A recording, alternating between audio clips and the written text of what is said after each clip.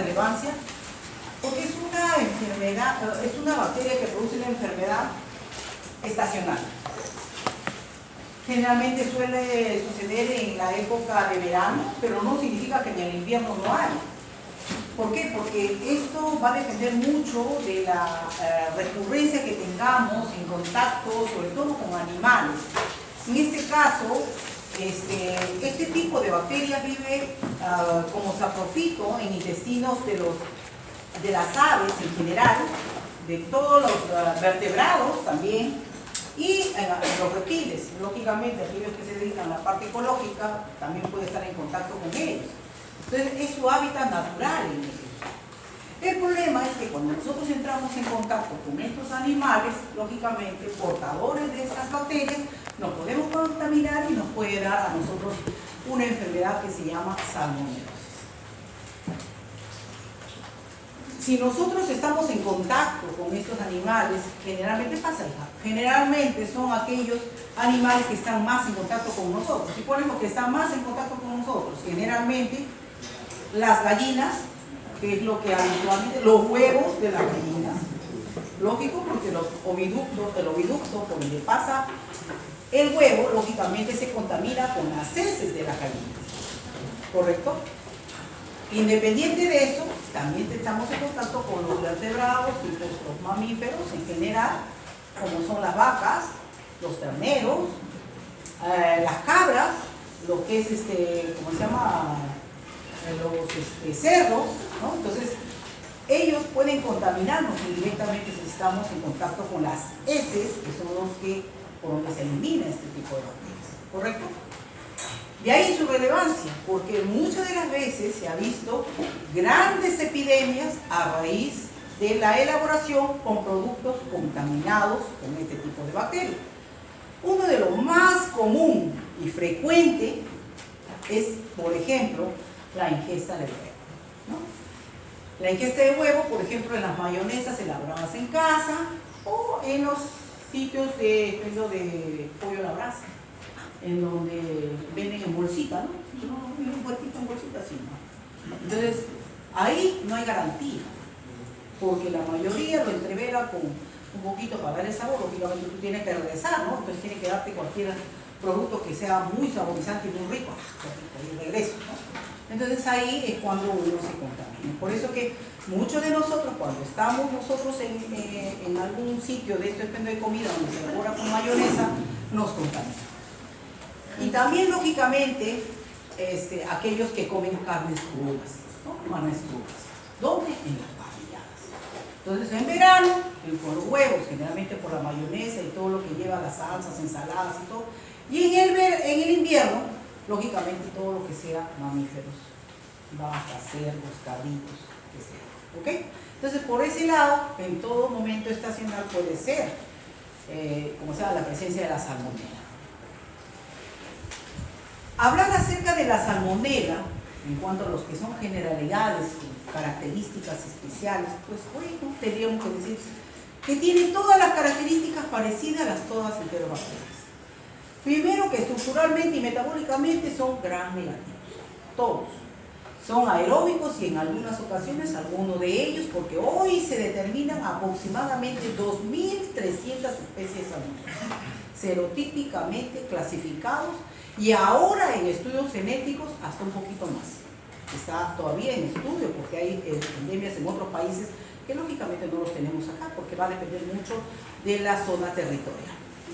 ¿Correcto? Entonces, son fermentadores de glucosa y muchos de ellos fermentadores y productoras de gas, excepto a raras excepciones de algunos ¿cómo se llama? Salmonelas. Me va a colocar mejor para verlo mejor. Y son oxidasas negativas.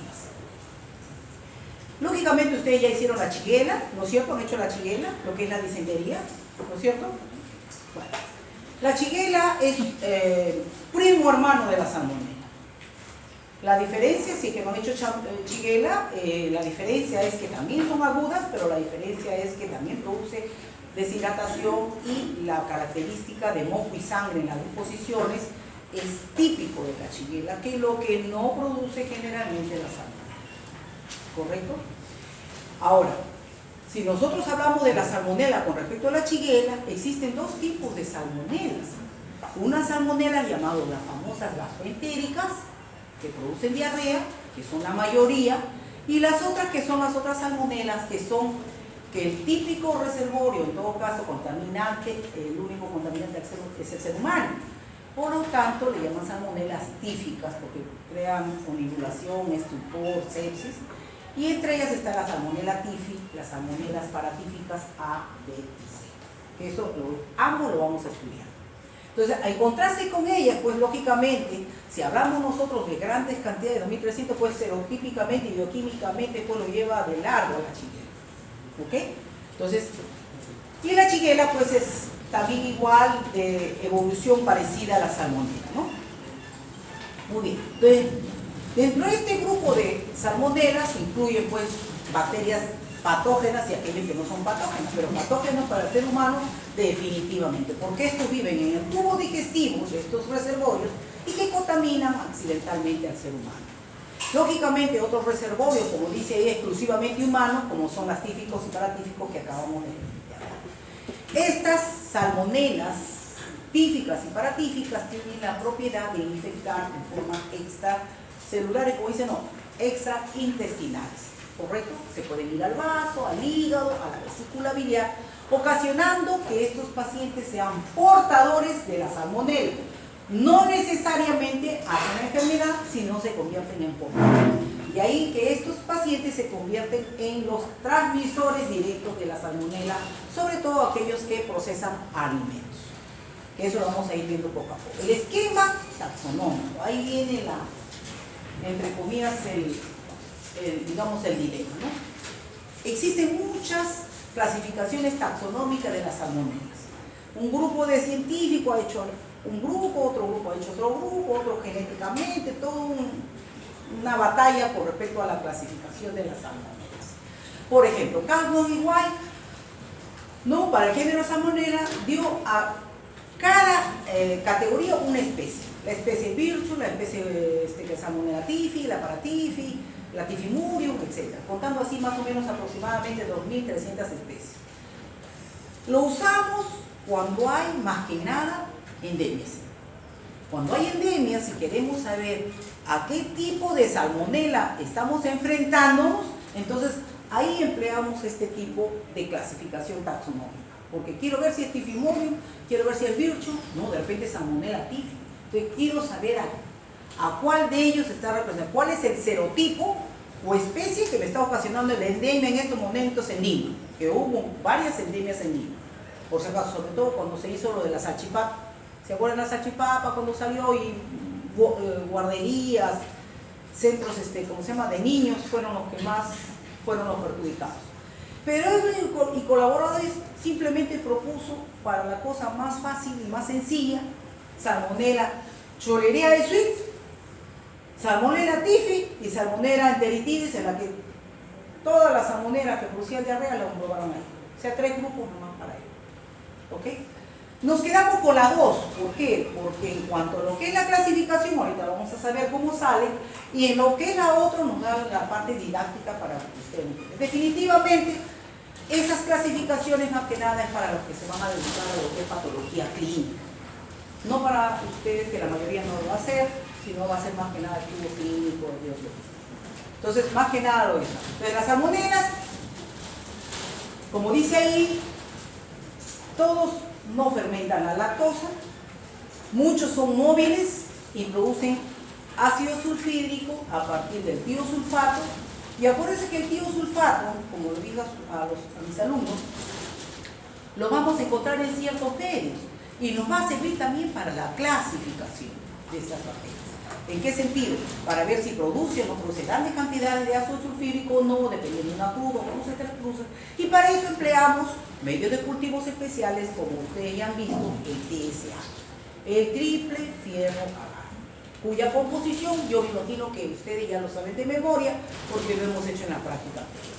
¿Correcto? Los componentes de lo que es el triple azúcar agar, que es el TSI. pero no viviríamos bien en cuanto a lo que es la clasificación de la enterobacteria Salmonella si no tuviéramos al costado un aminoácido que es la lisina fierro agar, que es la que nos da la clasificación completa de la Salmonella, para luego serotipificar y ver qué tipo de Salmonella es. Pero aquí viene siempre pues algo que ya nos desorienta. Como dice ahí bien claro, la Salmonella, todo produce ácido sulfúrico a partir de sulfato, pero miren, la Salmonella typhi no produce gas de la fermentación de la glucosa. Entonces ya nos está haciendo la diferenciación de los patógenos, ¿no?, que son exclusivamente humanos, y de los que no son patógenos, o sea, son patógenos pero relativamente, no son lo que ocasionan, digamos, peligro de la vida, ¿no? Y la producción de ácido sulfúrico es muy pobre, entonces vamos a ver en la...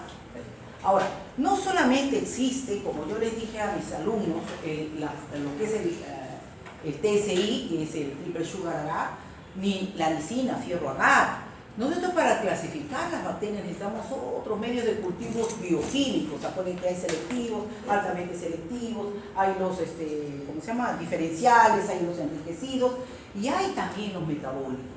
Estos metabólicos nos ayudan a diferenciar y a subclasificar las especies. Por ejemplo, acá han tomado los tres que hacen mis colaboradores y ven qué diferente, ¿no? Por ejemplo, el citrato, la uritina descarboxilasa y así, gas de fermentación de glucosa, la fermentación, nos da una cierta clasificación para tratar de ver que no todas las salmonelas son iguales. Entonces, y si nos vamos a la serotipificación se van a dar cuenta que es peor. Ahí está lo que es el TCI y el IA en cuanto a lo que es la fermentación del azúcar, si es lactosa positivo, ¿no?, que la mayoría son lactosa, o sea, casi todos son lactosa negativos, glucosa como es acá, esta glucosa positiva, fermentación de gas, ¿no?, por la fermentación del azúcar, la producción de ácido sulfídrico, la producción de lindol, oxidasa negativas, etc. Y el IA, que nos produce la descarboxilación y la desaminación de la lisina. Hoy en la práctica, cuando hagamos enterobacterias, y lo vamos a ver que toda la clasificación de las enterobacterias nos lo van a presentar todo en un grupo de TSI del IA. Muy bien, entonces las salmonelas generalmente crecen en medios usuales para las enterobacterias, ¿no? Y para las enterobacterias tenemos que usar, lógicamente, medios selectivos. Así como utilizaban para el estafilococo, ¿qué usaban para el estafilococo?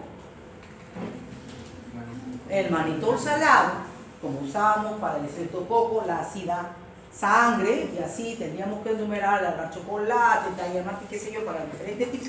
Igual para las salmonelas empleamos para toda la familia enterobacteriana, ¿ok?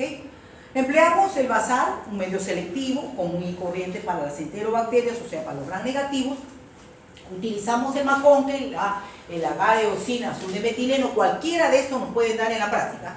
Agar desoxicolato, citrato, también, que son medios selectivos. Pero tiene algo peculiar la salmonela.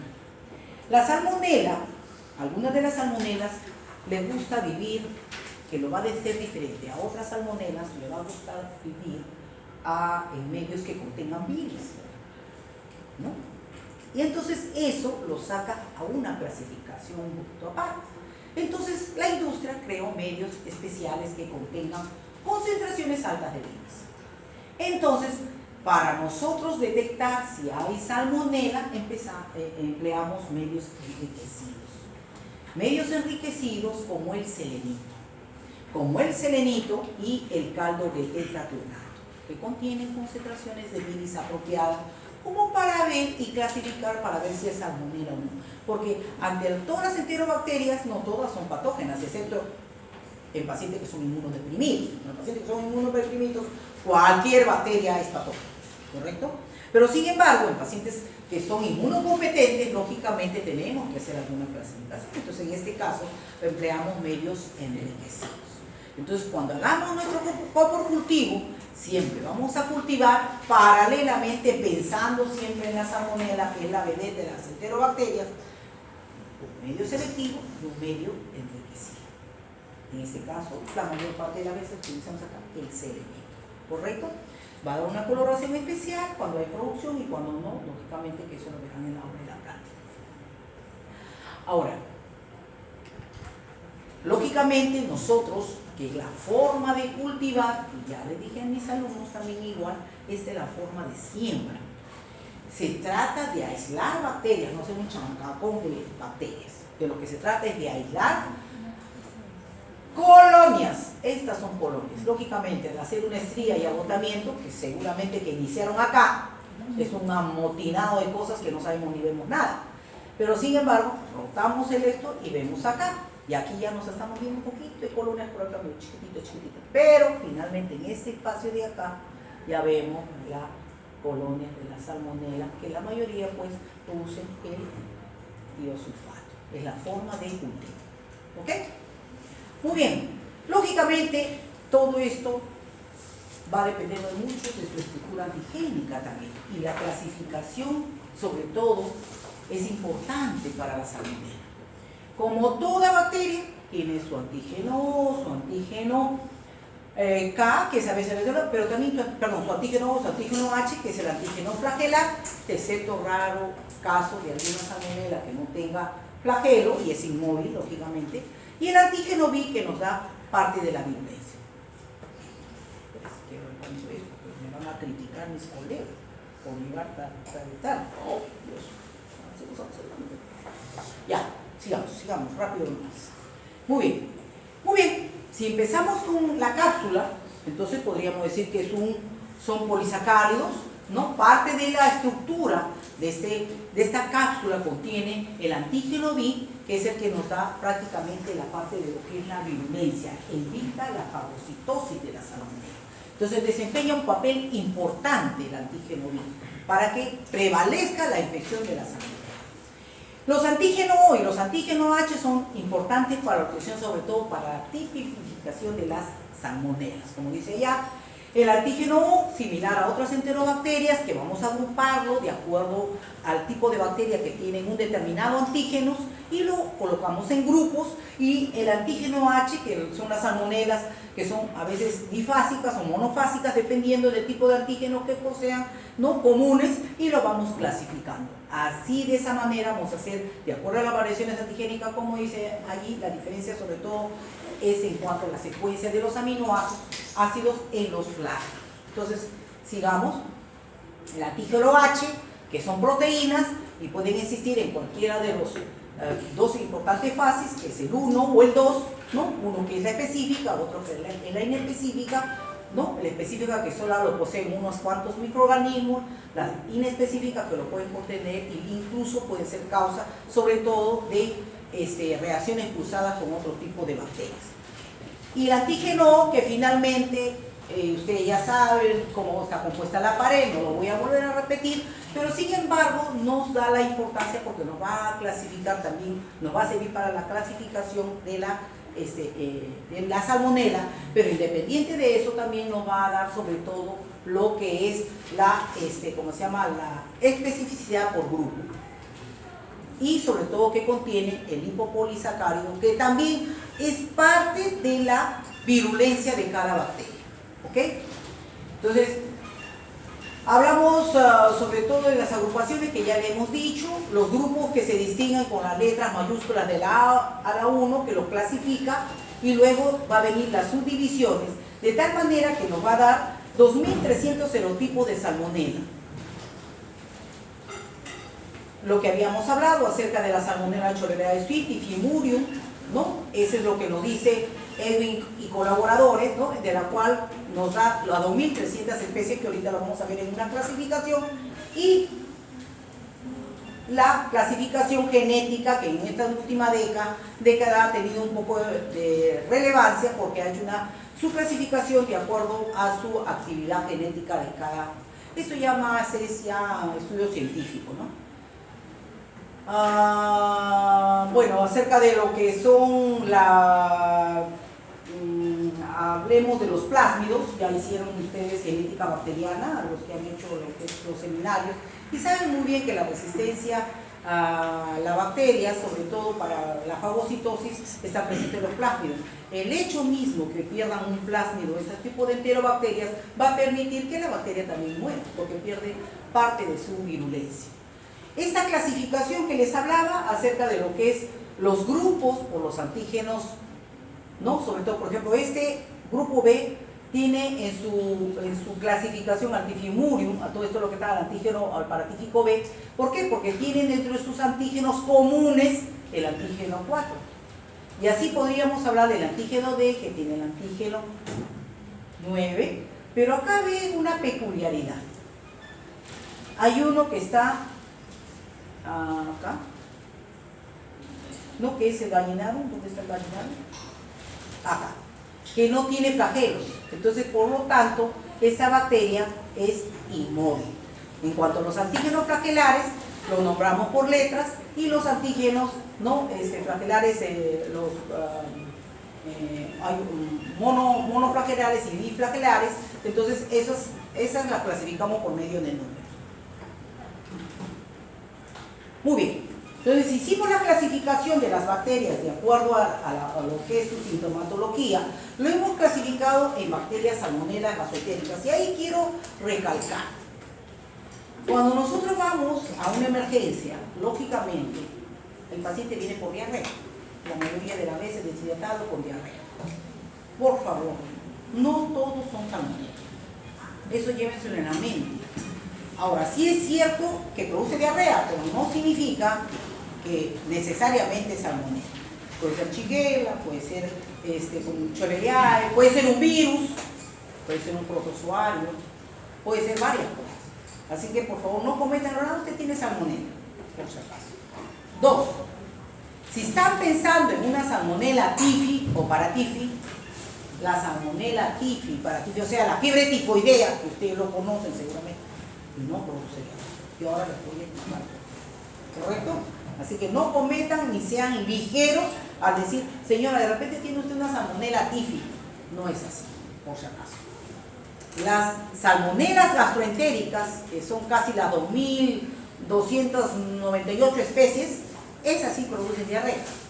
Pero aquellas que no producen diarrea son las salmonelas típicas y las paratíficas A, B y C. ¿Ok? Eso es lo que quiero que tengan. En muy rara ocasión, salvo que haya una contaminación, vamos a producir, y ahora les voy a explicar el por qué. Empecemos, lo he clasificado para el mejor estudio, las salmonelas gastroentéricas y las salmonelas típicas y paratíficas. Empecemos con las salmonelas gastroentéricas. Las salmonelas gastroentéricas, la contaminación es por vía oral. No es cuerpo a cuerpo, no es que me dieron la mano ni nada por el estilo. Salvo que te lo metes a la mano. Generalmente es un alimento. La dosis infectante de 10 a las 5 a 10 a las 6. Pero en pacientes que tienen enfermedades concomitantes como gastritis o o diabetes o enfermedades del colágeno o algún trastorno hematológico o están tomando medicamentos que bloquean lo que es la parte de la respuesta inmunológica, ¿no? Digestiva, en ellos la dosis infectante puede ser menor, de 10 a las 3 aproximadamente. Estas bacterias inmediatamente ingresan, rompen esta barrera gástrica, se meten al intestino y lógicamente rápidamente se van a ir al epitelio intestinal, a la lámina propia donde se multiplican, pudiendo incluso alcanzar los linfáticos intestinales y en algunos casos, cuando el paciente es inmunodeprimido, pueden coger un vaso sanguíneo por medio de los ganglios, irse a nivel extraintestinal y producir las salmonelas extraintestinales. ¿Ok? Muy raro caso. La mayor parte de estos tipos de salmonelas, ¿no? ¿Cómo se llama? Tienen generalmente un periodo de incubación aproximadamente de 6 a 12 horas después de haber ingerido los alimentos y lógicamente entra a tallar toda la parte inmunológica que estamos viendo acá. Estos pacientes, bacteria persiste en inmunodeprimidos, ya lo hemos hablado, también en el SIDA, que también es un paciente que en los ancianos, en los niños, en los lactantes, todos ellos son pacientes, o aquellos que también tienen, ¿no? Endocarditis, que tienen lesiones previas, esos pacientes son los que tienen más sintomatología que los sanos. Entonces, ingiere el alimento, el periodo de incubación, más o menos de 6 a 24 horas, hay que preguntar al paciente, ¿qué hizo usted antes? ¿Qué comió? ¿Qué bebió? Pase, señorita, señor, no sé quién está afuera. Pase. ¿no? Entonces, y el paciente ya comienza con dolor abdominal, los ruidos comienzan a aumentarse, muchas de las veces hay náuseas, vómitos y comienza la diarrea. La diarrea en algunos casos puede ser de 6 a 10 hasta 15 cámaras por vez por día y la característica es no producen ni moco ni sangre, a diferencia de la chiguera, ¿correcto? Si el caso ya va ameritando a más, porque va a depender qué grado de infección ha tenido, no es lo mismo comerse 10 a las 6, 10 a las 8, 10 a las 20, no es lo mismo, entonces esos pacientes van a llegar a la deshidratación y llegan a la emergencia, con diarrea, vómito mal, hipotensos, entonces hay que hidratarlo y van bien, si es inmunocompetente van bien. Pacientes ancianos nomás nos traen problemas.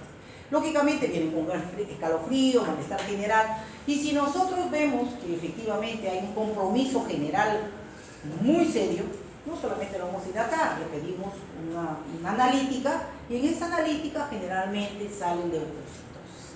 Y esto leucocitosis, lógicamente, ¿por qué? Porque es una enfermedad aguda, eso es muy importante, es una enfermedad aguda. 24 horas es una enfermedad aguda, entonces va a encontrar leucocitosis a diferencia de la tíficas y platíficas, que lo vamos a ver. Generalmente, si es inmunocompetente, generalmente es un paciente que se autolimita sola, no se trata nada, pero sin embargo, los 3, 4, 5 días, 6 días, ya el paciente va disminuyendo su diarrea. Pero uno de ellos puede convertirse en portador. ¿Por qué? Porque simplemente esas bacterias suelen meterse a la vesícula, y en la vesícula, cada vez que mandan su bilis, comienza a botar. Y eso son los que a veces contaminan, ¿correcto? Entonces hay que tenerlo. Y hay que ver cuál fue la fuente de infección también. No que comió huevo, muy bien, comió huevo. ¿Dónde comió huevo? Y hacer el seguimiento si es posible a eso, porque generalmente esto crea epidemias. Más frecuente por alimentos que por lo que es el contacto directo, sí, porque se reproduce en el alimento.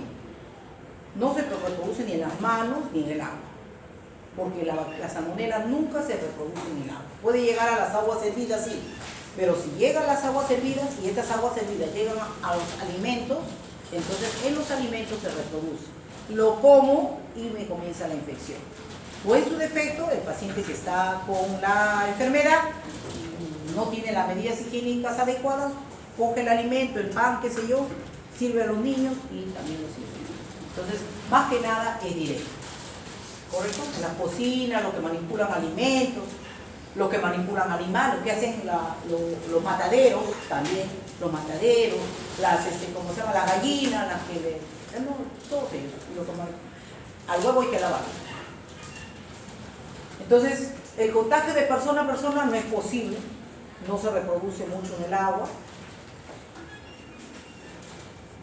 Si es un paciente que lógicamente su enfermedad es aguda, tiene diarrea y quiero estudiar, lo que quiero saber qué cosa es. Lo primero que pido, si que quiero estudiarlo, es un analítico, veo que hay leucocitosis, significa que no es un trastorno digestivo funcional, ¿no? Porque yo puedo haber comido una leche, me cayó mal, intolerante a la lactosa y me da la diarrea, ¿no? Entonces, no, también es agudo, yo comí ahorita y en la noche me dio la diarrea. Entonces yo tengo que siempre preguntar. El médico tiene que preguntar hasta el final, hasta que se sienta satisfecho, tiene que preguntar dónde comió, qué fue, qué comió. Medio chismoso es el médico, porque tiene que preguntar. Si no, no van a saber, porque después qué terapia le van a dar. Si quiero seguir haciendo un estudio, entonces para determinar qué cosa es, primero lo que tengo que hacer es una reacción inflamatoria. Le tomo la muestra, lo llevo al laboratorio, la reacción inflamatoria en eso, porque el paciente está hidratando si sigue con diarrea, sigue con diarrea, ¿no? Entonces, como que entre comillas ya el paciente se está deshidratando. Entonces, este es un paciente que puede ser un más. Entonces, le hago una reacción inflamatoria, sale positivo. Polimorfos nucleares, gran cantidad. Caray. ¿Qué comió usted? Huevo, mayonesa, parrillada con mayonesa y esto, es salmonela. Entonces, inmediatamente le comienzo a vender. Entonces, pero yo quiero saber algo más, pues. Tampoco me voy a quedar ahí. Entonces, el siguiente paso, en algunos casos, es el coprocultivo. El coprocultivo nos va a ayudar, lo que vamos a hacer en la práctica, no sé cuándo, cultivamos la muestra de ese, tomamos con un hisopo, directo a las heces o un paquito, inmediatamente lo llevamos al laboratorio y lo cultivamos. En todas las secuencias que ustedes van a ver del coprocultivo y nos vamos a dar. Ahora, lógicamente el coco cultivo, selenito, siempre pensando en la salmonela, pues no sabemos qué bacteria es, sabemos que reacción inflamatoria de ese es positivo, pero no sabemos qué cosa es, sospechamos de salmonela. Entonces igual, nos colocamos un selenito de tetratonato, maconque, y en la siguiente que puede ser, es un medio altamente selectivo. ¿Cuál es el medio altamente selectivo de la salmonela? Es lo que nosotros llamamos la salmonela chilena, el medio SS. Y eso, de ahí ya va a partir, porque va a inhibir a todas las otras enterobacterias y no va a ser solamente la salmonella y Shigella. Pero estamos con la salmonella y Shigella, así que ahora hay que hacer la subclasificación de acuerdo a las reacciones biológicas. ¿Correcto? Entonces, eso por respecto a esto. Entonces, lo que les hablaba, ¿no? Yo tomo la muestra de heces, y si es una enterobacteria que yo sospecho que es una enterobacteria, no necesariamente la salmonela, hago todo este ritmo de acá. ¿Correcto? Primero la muestra del selenito, los medios maconque, desoxicolato citrato, eosina desoxicolato, cualquiera de ellos, el medio SS o verde brillante también, es un medio también medio altamente selectivo, y lógicamente si me sale positivo desde la placa lo envío a los medios bioquímicos. Los medios bioquímicos, que puede ser, como digo, el TSH, el TCI, el IA, que es la lisina fierro agar, puede ser también el zinc para ver movilidad, podemos mandar el rojo roscado, el rojo de metilo, citratos, etcétera, etcétera. Eso, hay varios medios para poder ver. Pero no siempre es eso. Entonces, a la derecha y a la izquierda. Bueno, en este caso a la izquierda tenemos pues también al famoso Campylobacter. El Campylobacter, que va a ser motivo de una clase especial, y lo que es el Vibrio cholerae. Espérense, voy a apagar mi celular. Entonces tenemos ahí, y también tenemos a otras que dan diarreas, independiente de los trastornos digestivos funcionales. Estamos hablando de los protozoarios, y a la cabeza tenemos a la Giardia lamblia. La Giardia lamblia, que es un protozoario que generalmente produce diarreas subagudas o crónicas, así que esa sale del esquema, ¿no? Y los virus, ¿no? Los virus en los niños, sobre todo en los lactantes, ¿no? Que el rotavirus y toda esa cosa, ¿ok? Muy bien, ya veo que es una paciente que se sospecha en una salmonela porque tiene ciertas características, al toque le doy su amoxicilina, cortimazófugo, polidoro, cualquiera de estas también. Correcto. No es el motivo de la clase, pero se le da un conocimiento. Vamos a las salmonelas tíficas y paratíficas. Las salmonelas tíficas y paratíficas, el único reservorio es el hombre. Por lo tanto, causa bacteriemia persistente con fiebre elevada. Ya es diferente, ya no es una enfermedad aguda, es una enfermedad generalmente subaguda, ¿correcto? El paciente tiene el antecedente de haber comido generalmente un alimento X y de pronto pues a las 24 horas comienza con fiebre, malestar general, no tiene diarrea, se siente mal, está, a veces algunos pacientes que son inmunodeprimidos le da estupor,